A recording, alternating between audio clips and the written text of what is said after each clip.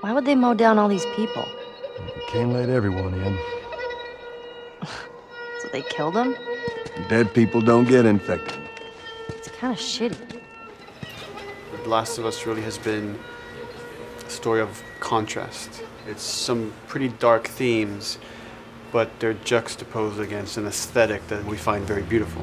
That contrast is visual, but it's also in the environment. The world we decided was actually its own character. What happens 20 years after the fall of man when no one's taking care of anything? There's something really pretty about nature reclaiming its domain once we are gone.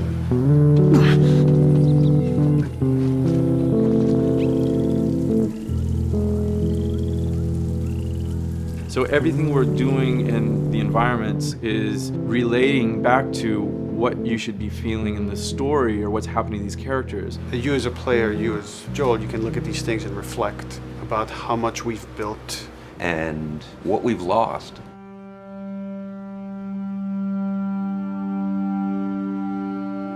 You get to see hints of civilization that used to be.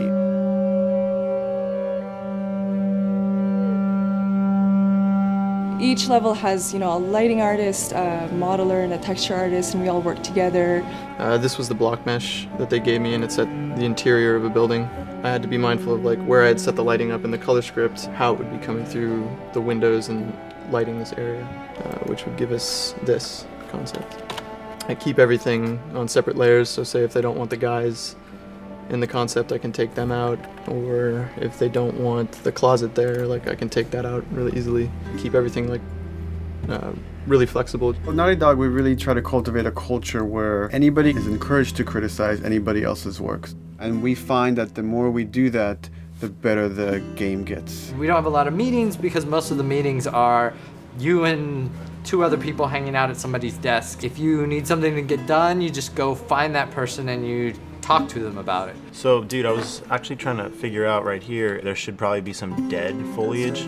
It might be cool to see some of the dead stuff around the edges of the green, or even spilling out into the street. Maybe what we do is, in some of these areas, we use it as a transition from the actual concrete up to the side of the building. So they're almost sitting on top of a bed of dead foliage, that really rich kind of orangey brown color. Sienna or something would be nice. Something real cheddary. That's how you know you're done. The end product often ends up being stronger because that bouncing back off somebody else gives you a result that maybe you wouldn't have even thought of in the first place. All right, here's the bridge. That's our way out of here. Mandatory evacuation. Evacuate to where? What do you think? Quarantine zone. See, some places got a heads up before the infection showed up. Most didn't. We consciously take in consideration lighting in the beginning. I've never ever focused so much on lighting and how much sensitivity there is to that here. Did you talk to the character artist about her hand? So her face is getting a lot of speck, but then her arm is just bone dry. You think something we can tweak in shader? We'll have to send back to character team Michael to take a look. I can play with the lights and see if that's creates more spec. Yeah. So all the characters cast soft shadows onto the environment. Even when there is no direct sunlight or no direct light sources, we still have nice fuzzy shadows. Damn, that's quite a drop. If you shine a light on a red wall, it will bounce the red lighting of the whole environment, making it red.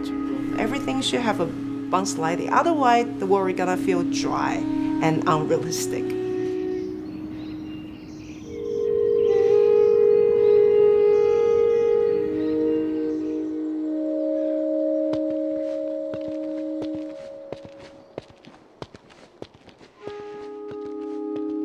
Once I finish the concept, they take it at 3D artists and lighters, VisFX guys, and they'll bring it into the game engine. They got the same sign, all the foliage, lighting. That's how it kind of translates from the color script to the finished game that you play. This way. If we cut through downtown, we can hit the Capitol building by sunrise. We hope. This engine is really driven in a way towards a very high level of cinematic control. Hopefully, if we achieve our goal, you'll see it is beautiful. There are these truly beautiful moments amid all this chaos and destruction.